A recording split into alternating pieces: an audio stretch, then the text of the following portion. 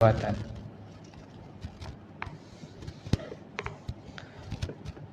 Yakni apa yang ia ucapkan dari perintah agama, ia mengamalkannya, dan apa yang ia larang dari larangan agama, ia meninggalkannya. Allah berfirman dalam surah As-Saff ayat 2-3.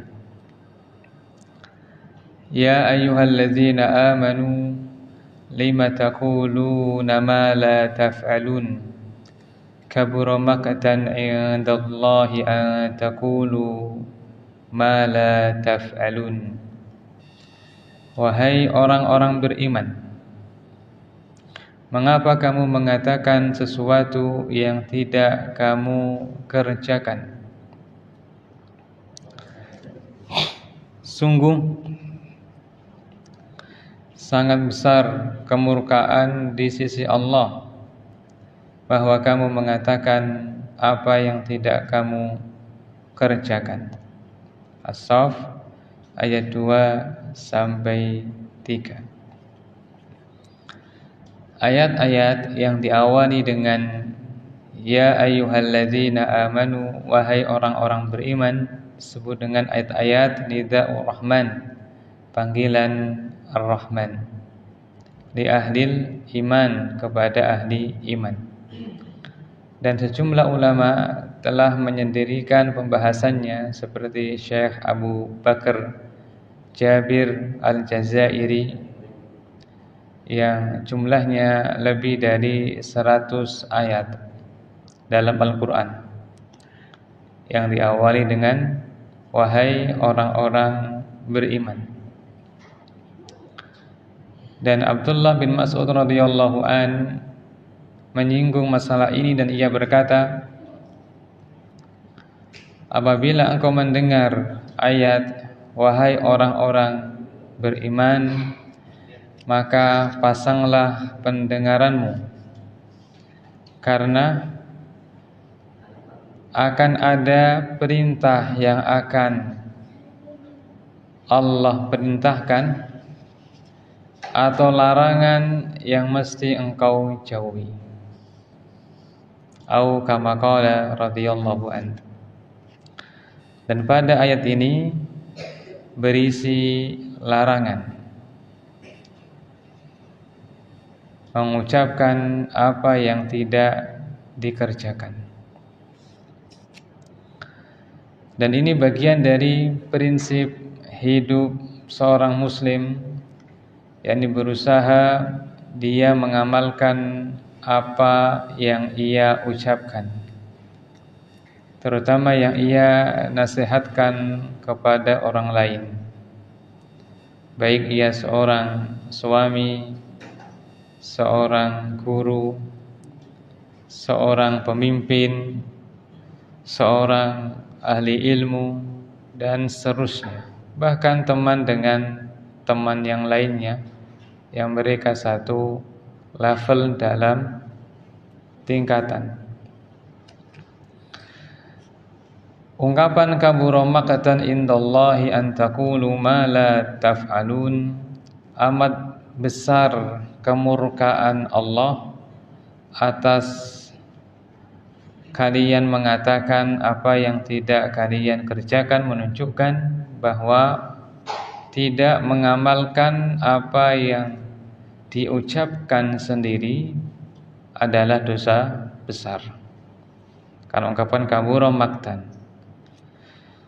Tetapi orang yang menyampaikan amar ma'ruf dan nahi mungkar, memerintahkan kebaikan dan mencegah dari kemungkaran, yang ia tidak atau belum mengamalkan kebaikan yang ia perintahkan, belum pula ia meninggalkan larangan yang ia cegah orang-orang darinya, tidak mesti ia mendapatkan kemurkaan Allah. Tidak mesti ia mendapatkan kemurkaan Allah. Kemurkaan Allah ini berlaku bagi orang yang terkait dengan amar ma'ruf, memerintah kebaikan, ia tidak mengamalkan kewajiban yang ia perintahkan, atau anjuran dari sunnah yang ia perintahkan dan anjurkan kepada manusia yang ia sama sekali tidak ada niatan untuk mengamalkannya. Adapun orang yang tidak melakukan perkara sunnah karena sebab, maka dia tidak tercela. Dengan alasan Nabi SAW memerintahkan manusia untuk mengikuti janazah. Ya. Man syahidal janazata hatta yusalla alaihi falahu qirat. Siapa yang menghadiri janazah sampai disolati, maka ia mendapatkan 1 qirat. Jika ia mengikutinya sampai dikuburkan, maka mendapatkan 2 qirat. Bersamaan dengan itu, Nabi SAW pernah melihat jenazah dan dilewati jenazah, beliau tidak ikut serta mengiringinya. Sebabnya karena beliau sedang sibuk dengan sesuatu yang lebih penting. Dan mengiringi jenazah tidaklah wajib per individu, tapi wajib kifayah. Jika telah ada yang melakukannya, maka yang lainnya adalah gugur darinya. Ini menunjukkan bahwasanya ketika seseorang itu mengajak kepada kebaikan, jika itu adalah perkara yang wajib dan ia mampu melakukannya, maka dia harus melakukannya seperti ayo sholat berjamaah, ayo sholat zuhur, ayo sholat asar, nak sholat asar. Karena kewajiban, maka amat besar kemurkaan Allah jika ia tidak sholat asar, padahal ia menyuruh anaknya sholat asar. Tapi jika berupa perkara yang sunnah, maka dirinci. Contoh, ya, anakku, istriku puasa Senin Kamis, disuruh untuk puasa Senin Kamis, dan si bapak enggak puasa. Jika tidak ada niatan sama sekali untuk puasa, maka dia tercela. Tapi jika dia meninggalkan puasa tersebut karena sebab, umpamanya dia kerjanya berat sehingga tidak memungkinkan, ya, maka dia tidak tercela. Ini poin penting dalam amar ma'ruf nahi mungkar, sehingga orang tidak menghalangi dirinya dari amar ma'ruf meskipun belum bisa melakukan yang ia perintahkan. Begitu pula dalam nahi mungkar, mencegah kemungkaran. Jika ia mencegah manusia dari perkara yang haram dan dia sendiri melakukannya, maka ia mendapatkan kemurkaan dari Allah. Tetapi jika itu maslahat, maka dia ketika wukuf di Arafah. Ali radhiyallahu an sengaja minum sampai untuk menunjukkan makruh untuk seseorang menghindari jika yahdi ilal fujur wa innal fujura yahdi ilan nar. Jauhi bohong, karena bohong mengajak kepada perkara-perkara fajir, fujur, maksiat, dan kefajiran mengajak kepada neraka. Apalagi jika ia orang yang terbiasa bohong. Wa innar rajula la yakdzib wa yataharral kadzib, dan ada orang yang bohong dan selalu bohong, hatta yuktaba indallahi kadzdzaba, hingga ditulis di sisi Allah sebagai ahli bohong atau tukang bohong. Sebab pertamanya adalah tidak berusaha menyesuaikan antara ucapan dengan perbuatannya. Itu bukan prinsipnya orang beriman. Ya. Dan efek yang paling tercela dari ketidaksesuaian ucapan dan perbuatan adalah bohong. Ya. Sebagaimana jujur adalah sifat yang paling dominan dari tingginya keimanan. Makanya agama kita itu bisa eksis karena dibawa oleh siddiqun, orang-orang yang jujur.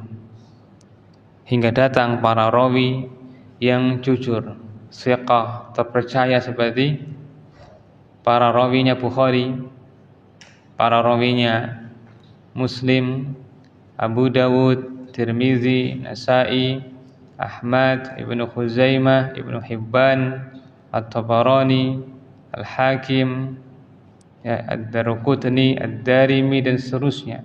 Mereka orang-orang yang thiqah, terpercaya, jujur dalam menyampaikan agama hingga sampai sekarang kita bisa beragama yang valid dari Nabi SAW.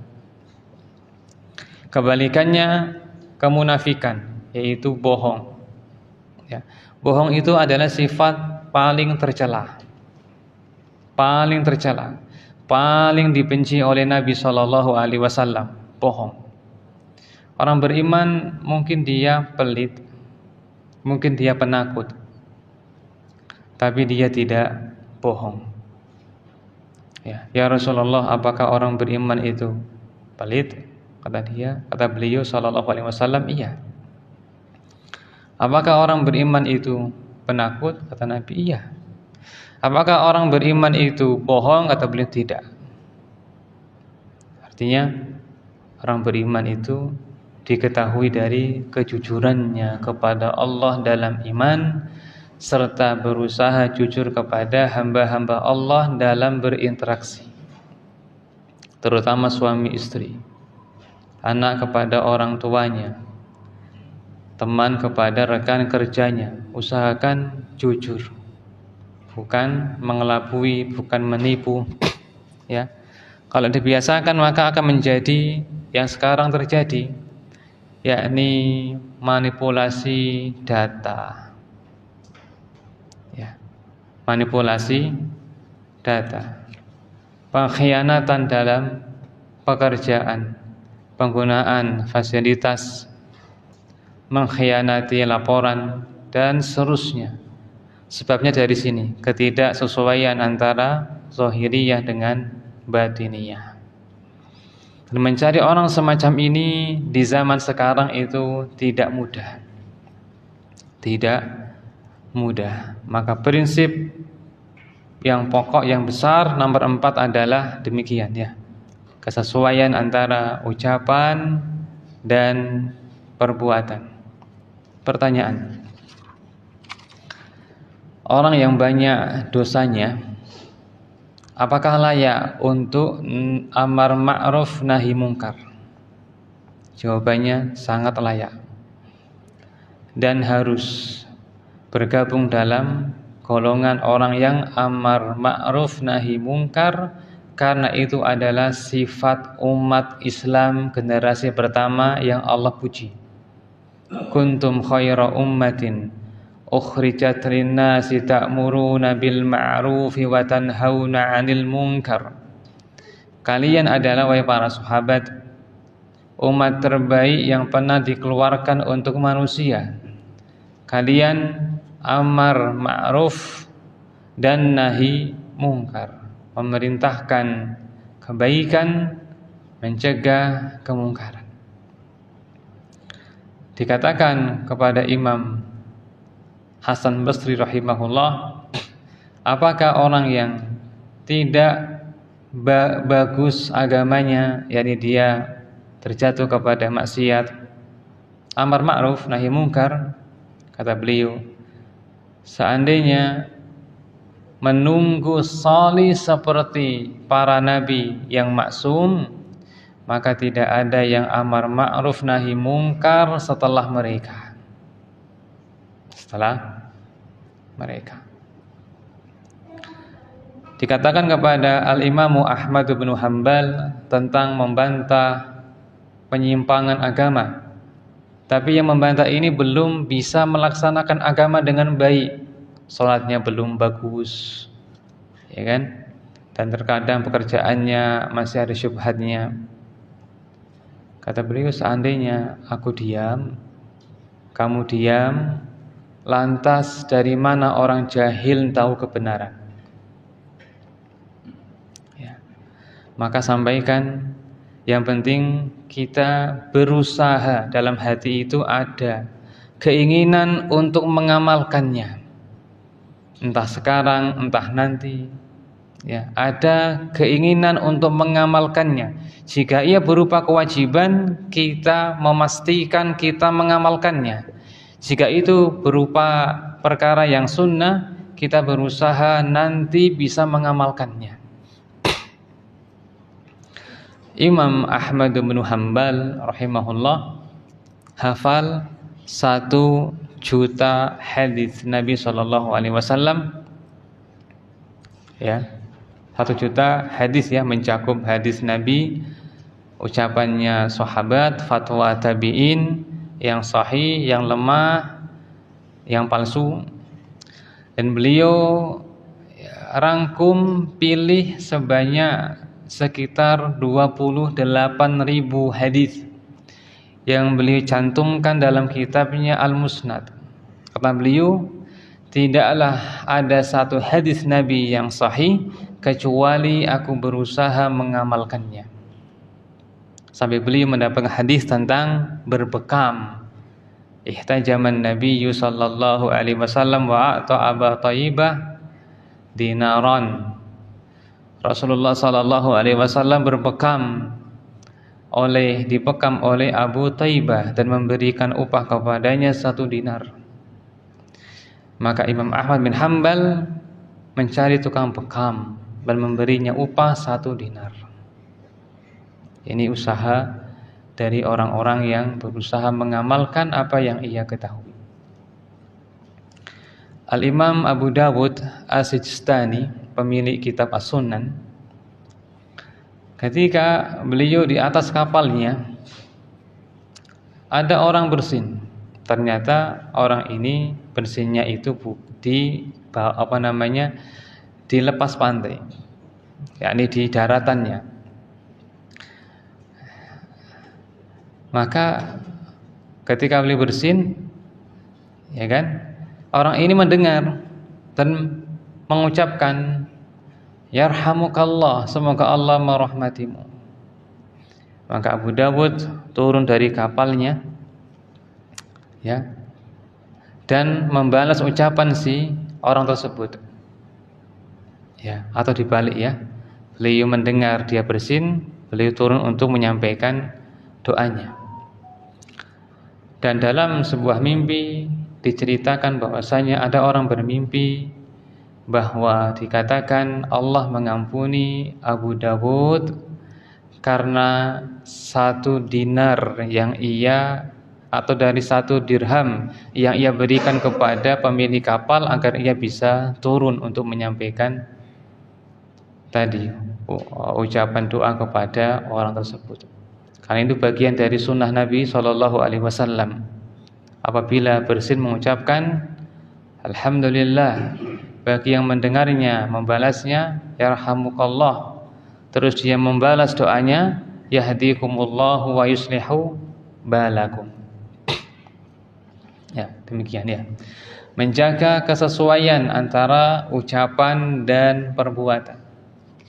Meskipun masih dalam proses perbaikan diri, boleh jadi amar ma'rufnya yang ia sampaikan kepada orang lain, pahalanya itu lebih besar hingga menutupi apa yang ia dari dosa-dosanya.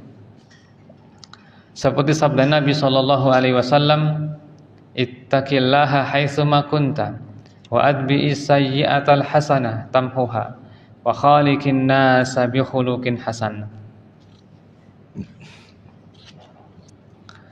Bertakwalah kamu dimanapun kamu berada, dan iringilah keburukan dengan kebaikan, niscaya kebaikan itu akan menghapusnya.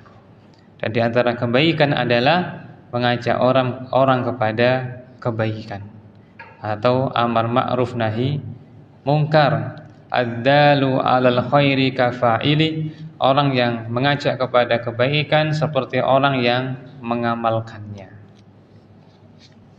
Ini prinsip yang keempat, ya. Menjaga kesesuaian antara ucapan dan perbuatan. Sekarang contoh penerapannya dalam kehidupan, menepati janji yang telah diikrarkan. Allah berfirman, wa aufu bil ahdi innal ahda kana mas'ula. Penuhilah janji, sesungguhnya janji itu akan ditanya, yakni oleh Allah Ta'ala di hari kiamat. Semua bentuk janji akan Allah tanya, maka harus ada kesesuaian antara perbuatan menepati janji dengan ikrar janji di lisannya. Dalam sebuah hadis yang sahih, ada seorang wanita memanggil anaknya, ya bunai, ta'al ke sini, u'tika tamrah. Ke sini, aku akan memberimu kurma. Kata Nabi, apakah kamu benar akan memberinya kurma? Kata dia, benar wahai Nabi. Kata Nabi, seandainya kamu tidak memberinya kurma, ditulis untukmu sebuah dosa. Hanya janji doang, janji untuk memanis agar anaknya menuju kepada dirinya. Ya. Janji harus ada pemenuhannya. Innal ahda kana mas'ula, karena janji itu akan ditanya oleh Allah Subhanahu wa taala. Berikutnya, menjadi teladan bagi keluarga sebelum orang lain. Kepala keluarga mempraktekkan ibadah dan akhlak sebelum memerintahkannya kepada anak dan istri. Begitu pula istri kepada anak-anaknya. Allah berfirman, atamuruna an-nasa bil birr wa tansawna anfusakum. Apakah kamu memerintahkan manusia dengan kebaikan sementara kamu melupakan dirimu sendiri? Yang paling tinggi dari pelanggaran ini adalah orang Yahudi, yaitu berkata kepada orang-orang Madinah bahwa mereka nanti akan mengikuti Nabi terakhir dan bersatu bersamanya untuk memerangi kalian. Tapi ketika datang Nabi tersebut, karena bukan berasal dari bangsa mereka, ya, kafaru bih, mereka mengingkarinya, menolaknya, bahkan memeranginya. Ini sebesar-besar pelanggaran dalam bab ini. Bagi orang beriman adalah dalam perkara yang wajib, memerintahkan yang wajib, dia sendiri meninggalkannya. Mencegah dari yang haram, ya sendiri melakukannya. Ya, melakukannya. Tapi untuk yang kedua ini dan pertama tadi, ya, jika ia ada perasaan dia itu salah dan dia ada tekad untuk nanti memperbaiki dirinya, maka tidak mengapa. Ketika dibutuhkan dia amar ma'ruf dari kewajiban, nahi mungkar dari keharaman, tidak mengapa. Karena orang itu tidak mesti dia sempurna baru amar ma'ruf nahi mungkar. Ya. Dan dianjurkan orang tua atau sang ayah sholatnya di rumah dari sholat sunnah, agar memotivasi orang di rumah untuk menjaga sunnahnya dan sholatnya, terutama kaum wanita.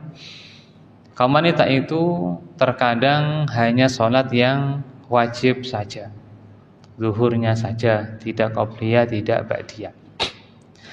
Maka ketika suami itu pulang dan sholatnya di rumah, maka akan dicontoh oleh istrinya dan juga dicontoh oleh anak-anaknya.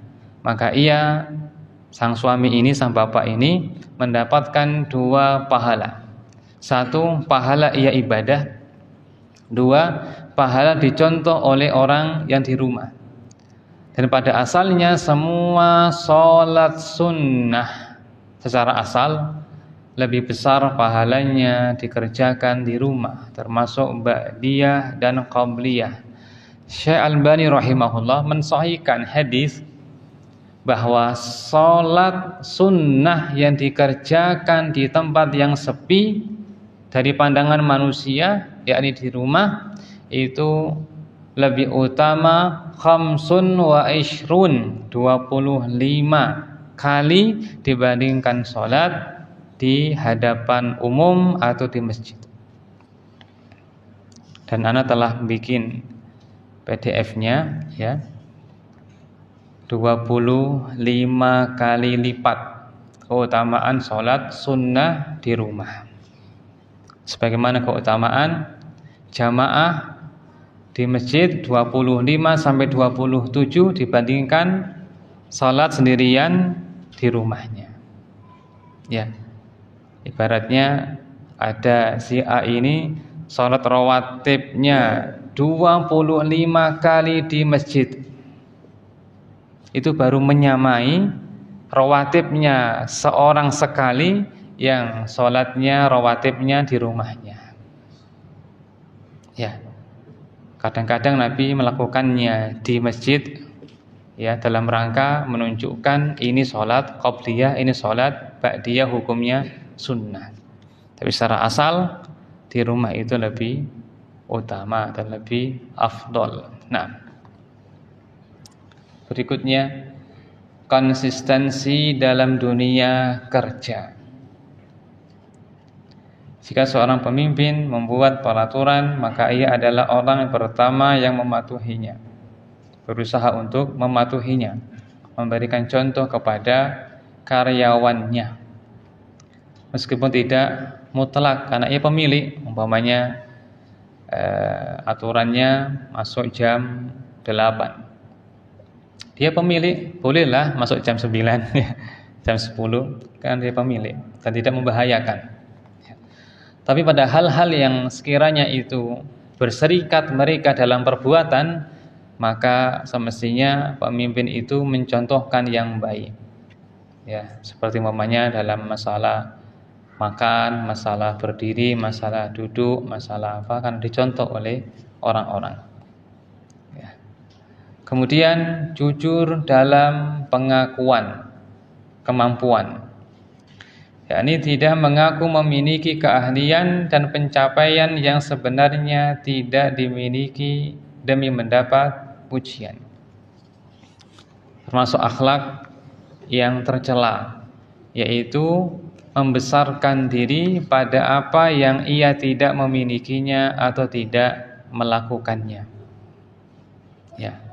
Contoh umpamanya ya, pasangan membicarakan sesuatu yang tidak ia lakukan, tidak ia miliki. Contoh umpamanya berbohong ya, berbohong jika suami mengetahuinya maka benci. Itu berbohong yang tercela. Berbohong yang boleh itu adalah seandainya suami atau pasangan mengetahuinya bertambah cinta. Itu boleh. Beda ya, berbohong ya pasutri sama mereka jika dugaan ketika diketahui oleh pasangannya dia marah, maka itu tercela. Tapi jika tambah cinta maka boleh. Contoh gini, yang boleh ya, istri itu masakannya terlalu asin, tapi dikatakan oleh pasangannya sangat enak, bahkan enak sedunia. Ketika mertua datang ngicipi ternyata asin, akhirnya tahulah bahwa suaminya itu bohong, tapi tambah cinta ya kan? Maka boleh. Tapi yang kedua, ketika diduga kuat benci, maka tercela. Contoh mengklaim bahwasanya ini yang membersihkan adalah dirinya, padahal tidak. Yang membersihkan adalah mungkin putrinya, mungkin pembantunya. Ini bohong ini. Jangan ya. Jangan bohong. Jangan menyampaikan sesuatu yang itu bukan prestasinya. Karena itu tidak ada kesesuaian antara ucapan dengan perbuatan. La tahsabanna alladzina yafrahuna bima atau wa yuhibbuna ay yuhmadu bima lam yaf'alu fala tahsabannahum bimafazatin minal azab. Janganlah sekali-kali kamu menyangka bahwa orang-orang yang gembira dengan apa yang telah mereka kerjakan dan mereka suka dipuji atas perbuatan yang tidak mereka lakukan, janganlah kamu menyangka mereka terlepas dari azab. Ini ayat tentang orang Yahudi, ahli kitab, ya, yang mereka bangga sebagai anak kekasih atau anak pilihan Allah. Nahnu abana'ullah wa ahibba'uh. Kami adalah anak-anak Allah serta kekasih Allah. Dengan pede seperti itu, mengklaim prestasi amal mereka baik sehingga mereka layak dipuji, diikuti, ya, padahal mereka tidak akan terlepas dari azabnya Allah. Maka ini dilarikan kepada amalan-amalan yang selainnya, ya, dari perbuatan yang ia tidak kerjakan dan ia mengalamatkannya kepada dirinya. Ini bagian dari pengakuan kemampuan dengan bohong, ya, tidak jujur. Berikutnya, kesesuaian antara ucapan di depan dan di belakang. Lebih jelasnya atau pada contohnya adalah yakni berbicara kepada teman berbeda dengan ketika teman itu tidak di depannya. Ketika di depan maka manis ucapannya. Ketika di belakang dia membicarakan keburukannya. Maka orang ini disebut sebagai dzul wajhain, pemilik dua wajah. Pemilik dua wajah. Yang termasuk orang paling buruk di sisi Allah di hari kiamat. Kata Rasul sallallahu alaihi wasallam, tajidu min syarrin nasi yaumal qiyamati indallah dzal wajhain. Kamu akan mendapati seburuk-buruk manusia pada hari kiamat adalah pemilik dua wajah. Alladzi ya'ti haula'i biwajhin wa haula'i biwajhin. Yang mendatangi si A dengan satu wajah, lalu mendatangi si B dengan wajah yang lainnya. Ini seperti bunglon, dia bisa berubah warnanya sesuai dengan orang yang ia temui. Ya, ini sifat yang tercela. Hendaknya orang itu pertama dalam bermuamalah dengan orang-orang, terutama orang Islam, menampakkan keceriaan dan kebaikan lisannya, baik di hadapannya maupun di belakangnya. Seandainya ia menyampaikan perkara yang perlu tegas, maka ia tegas di depan dan tidak membicarakan keburukannya di belakangnya. Itu lebih baik daripada dibalik, di depannya manis, di belakangnya membicarakan keburukannya, ya, dan seterusnya. Allahu a'lam. Sekarang berikutnya prinsip yang kelima. Sebelum dilanjut barangkali ada pertanyaan, persilahkan. Ada mikrofon?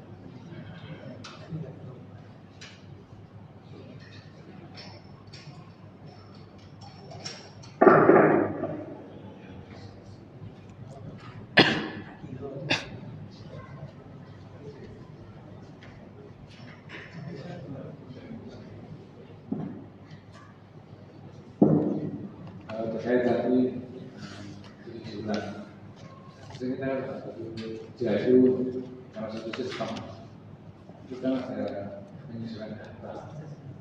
Jadunya itu data itu benar tidak benar, tapi disesuaikan.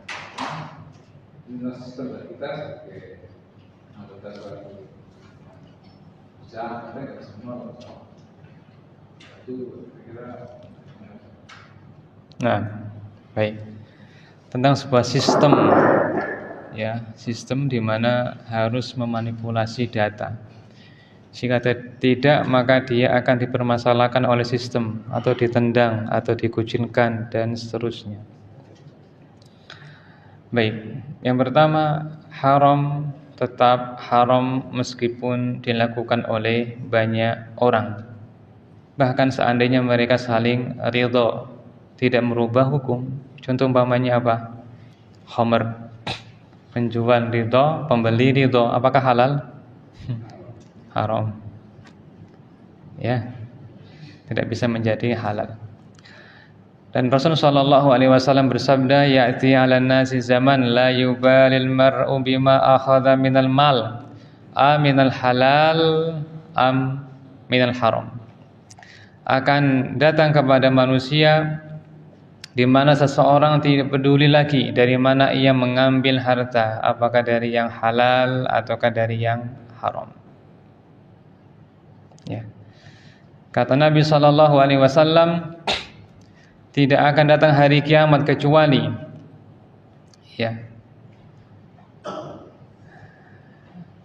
yukazzabu hatta yukazzaba fiha as-sadiq wa yusaddaqu fihal kadhib,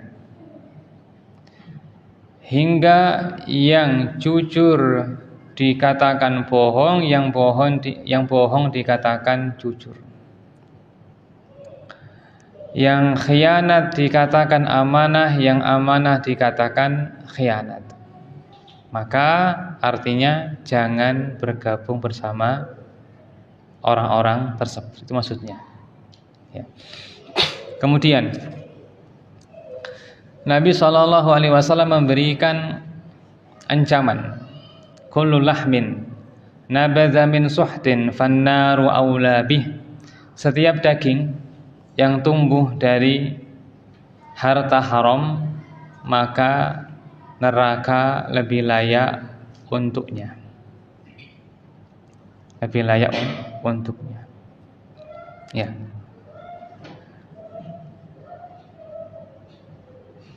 Berikutnya,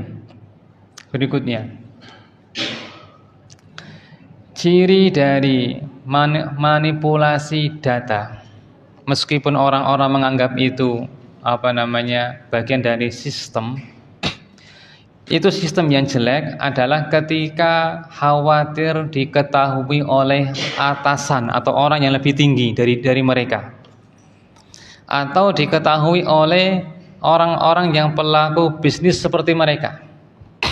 Itu cirinya dosa. Wal itsmu, kata Nabi, mahaka fi nafsik wa karihta an yattali'a alaihin nas. sesuatu yang bikin hatimu gelisah dan kamu tidak suka jika orang lain mengetahuinya. Itu ciri dari dosa. Ya, secara umum kata manipulasi ini tidak benar ya, karena harus gonta-ganti angka. Ya, baik dalam masalah kenegaraan maupun bisnis dan usaha yang ada kaitannya dengan merugikan orang lain. Ini harta haram. Batas minimal orang yang melakukan perkara yang haram dan dia belum bisa untuk menghindarinya adalah harus mengingkari dalam jiwanya bahwa dia sedang berbuat yang haram. Jangan mengatakan ini kan boleh-boleh saja. Kan sistem, jangan. Harus ada pengingkaran dalam hati bahwa dia sedang berbuat dosa. Itu batas minimal orang ketika berbuat pelanggaran dalam agama agar mendapatkan kemungkinan Allah mengampuninya. Kullu ummati mu'afan illal mujahirun.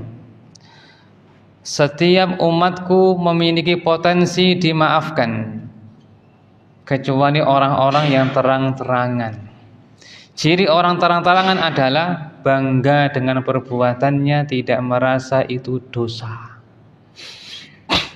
Dan ini terkait dengan dosa yang tidak ada kaitannya dengan hak adami. Kalau ada kaitannya dengan hak adami seperti manipulasi data, tidak akan selesai pengampunan dari Allah sampai dia mengembalikan hak orang lain. Hati-hati masalah haknya manusia. Hati-hati dalam masalah mengambil harta manusia. Kita hanya diperbolehkan mengambil harta manusia dengan cara yang mereka ridho. La yahillu, ya, li muslimin, tidak halal bagi muslim mengambil harta saudaranya illa minti binafsih, kecuali dari kerelaan hatinya. Seperti apa? Jual beli. Wala ta'kulu amwalakum bainakum bil batili illa an takuna tijaratan an taradhim minkum. Kalian jangan saling memakan harta dengan cara yang batil di antara kalian, kecuali dengan jual beli di atas dasar saling ridha, puas, rela.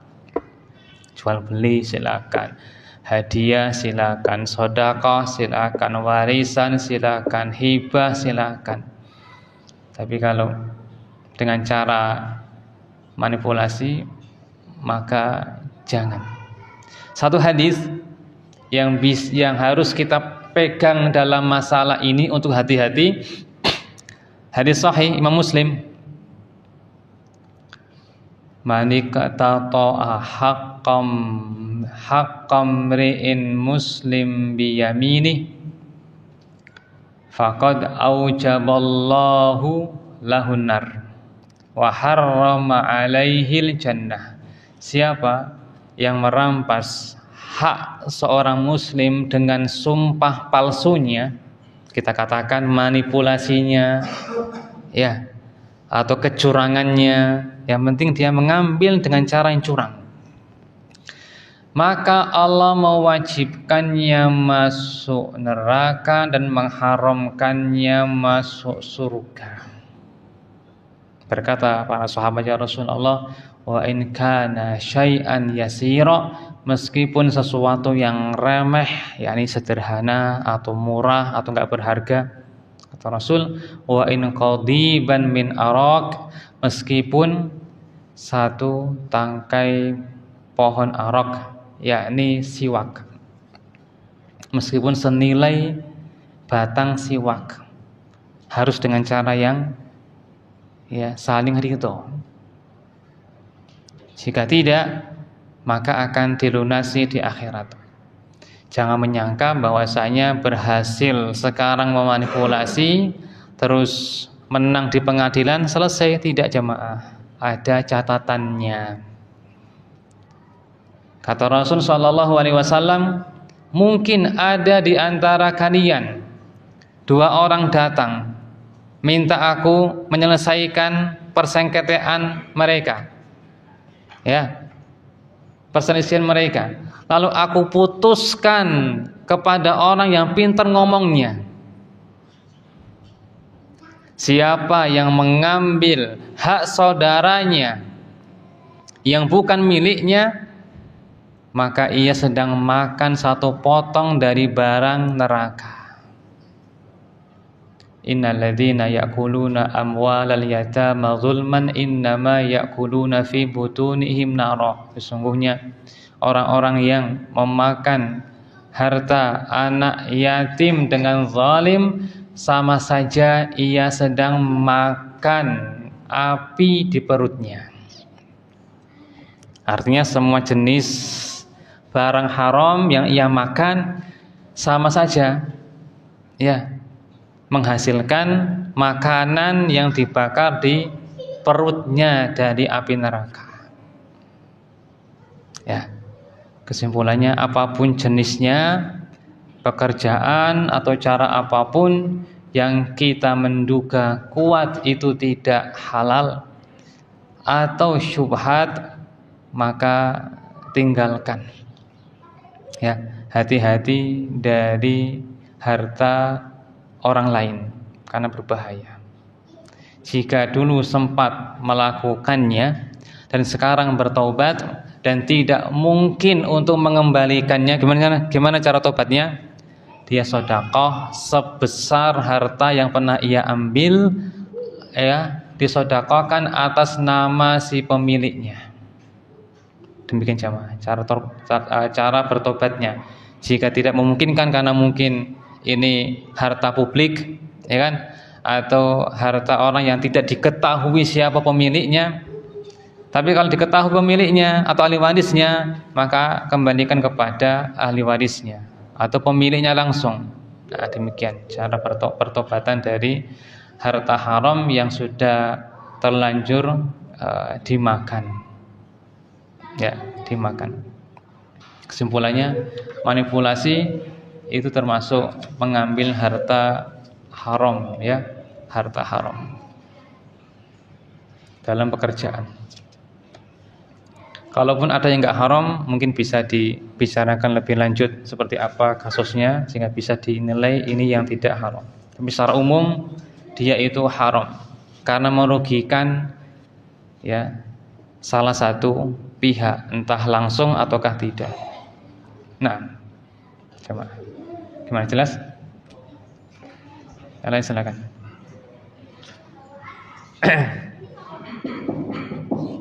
Assalamualaikum warahmatullahi wabarakatuh. Waalaikumsalam. Tadi di awal disebutkan hukum sholat sunnah itu di rumah lebih utama 25 kali daripada di tempat yang orang ketahui. Apakah itu berlaku untuk sholat sunnah tarawih meskipun di rumah tidak berjamaah, atau berjamaahnya hanya 2 orang, 1 imam 1 makmum? Terima kasih. Nah, hadis tadi yang berbunyi bahwasanya sholat, ya, sendirian tanpa dilihat oleh orang, yakni di rumah, lebih besar pahalanya 25 dari sholat di tempat yang ramai atau di masjid.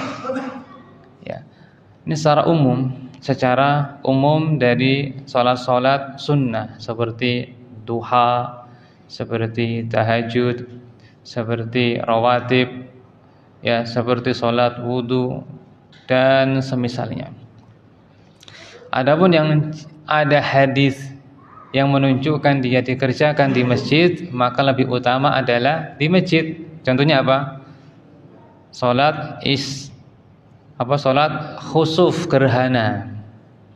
Boleh enggak gerhana sholatnya di rumah sendirian? Boleh enggak gerhana sendirian di rumah? Menurut para a'immah fuqaha hukumnya boleh. Hukumnya boleh. Tapi yang lebih dianjurkan adalah di masjid karena itu perbuatan Nabi Shallallahu Alaihi Wasallam. Termasuk pula tarawih yang utama adalah di masjid bersama muslimin, meskipun boleh di rumah, entah sendirian, entah jamaah bersama familinya, boleh. Nah, hadis tadi umum, ya, terkadang keluar sebagian darinya ketika ada dalil yang mengkhususkannya, seperti tarawih, seperti sholat gerhana. Jelas? Nah, silakan. Waalaikumsalam warahmatullahi wabarakatuh. Kalau penggunaan alkohol dan minuman babi untuk kepentingan medis dan pengobatan ini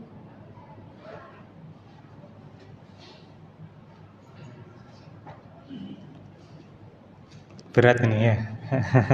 Saya tidak tahu, Allahu a'lam, saya tidak tahu. Nah, yang lain.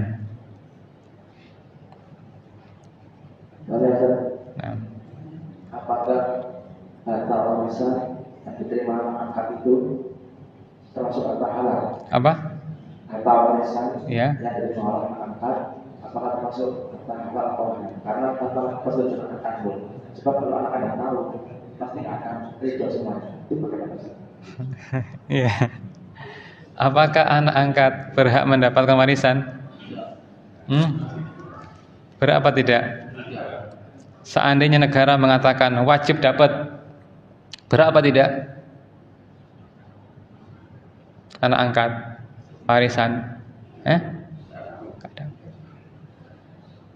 Anak angkat tidak berhak mendapatkan warisan. Warisan hanya yang memiliki hubungan rahim dan hubungan pernikahan, bukan anak angkat, bukan tabani anak angkat. Dahulu Nabi Shallallahu Alaihi Wasallam mengangkat Zaid bin Harithah sebagai anak angkat, hingga orang-orang mengatakan Zaid bin Muhammad. Dan mereka, adat orang Arab, jika anak angkat telah sah di masyarakat, maka jika meninggal bapak angkatnya maka mewarisinya. Maka Islam membatalkan dalam surah Al-Ahzab, wa ulul arhami ba'duhum awla bi ba'din fi kitabillahi minal mu'minin. Orang-orang yang memiliki hubungan rahim lebih berhak satu atas lainnya daripada orang-orang beriman yang lain.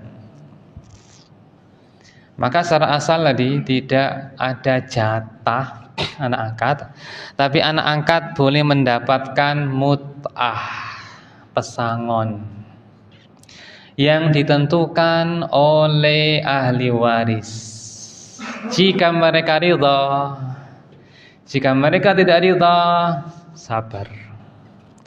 Jika anak angkat ini punya kekuatan hingga ia mengambil warisan tersebut, dia kuasai, dan tidak diketahui oleh ahli waris, seandainya ahli waris itu tahu mereka akan merebutnya, maka itu adalah harta haram.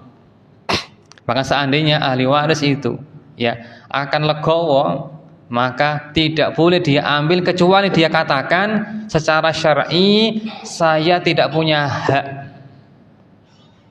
Apakah kalian ridho jika ini untuk saya? Nah gitu. Ketika mereka bilang ridho, maka sah.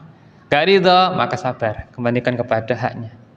Ya, harta haram ini, harta haram, harta panas. Harta panas nanti akan cepat habis atau membawa malapetaka. Nah, Allahu a'lam. Oke, silakan. Mikrofonnya.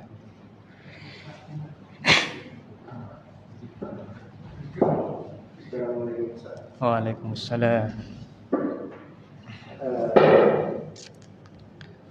Pendapat Ustaz tentang ada masjid sunnah yang melakukan ceramah setelah sholat tarawih. Dan apabila itu dilakukan terus-menerus, apakah hukumnya sunnahnya atau yang merasa tidak sunnah ya sudah mau pulang, karena ceramah itu dilakukan di akhir.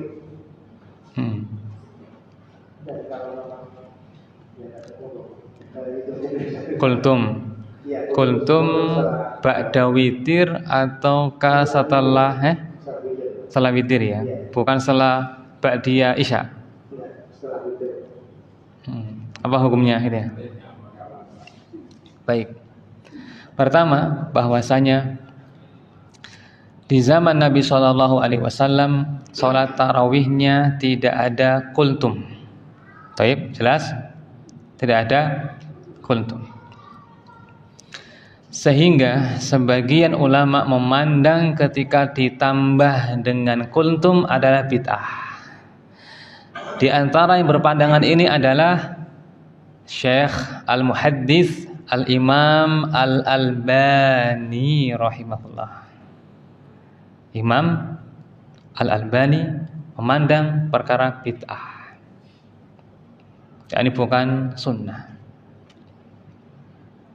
Pandangan yang kedua, hukumnya jawaz, boleh. Boleh itu berbeda dengan anjuran, apalagi wajib. Boleh artinya monggo dikerjakan, silakan, tidak pun silakan. Dan yang kedua ini pendapat yang saya condong kepadanya. Dengan alasan karena taklim itu sifatnya adalah memanfaatkan kesempatan untuk edukasi. Apakah ada sunnahnya memanfaatkan kesempatan untuk edukasi? Ada. Kapan itu? Contoh, dua kasus. Pertama, setelah sholat subuh, Nabi SAW kadang tidak berzikir, tapi langsung memberikan ceramah kepada para sahabatnya, terutama dalam masalah mimpi. Ayyukum ya ra'a al-bariha.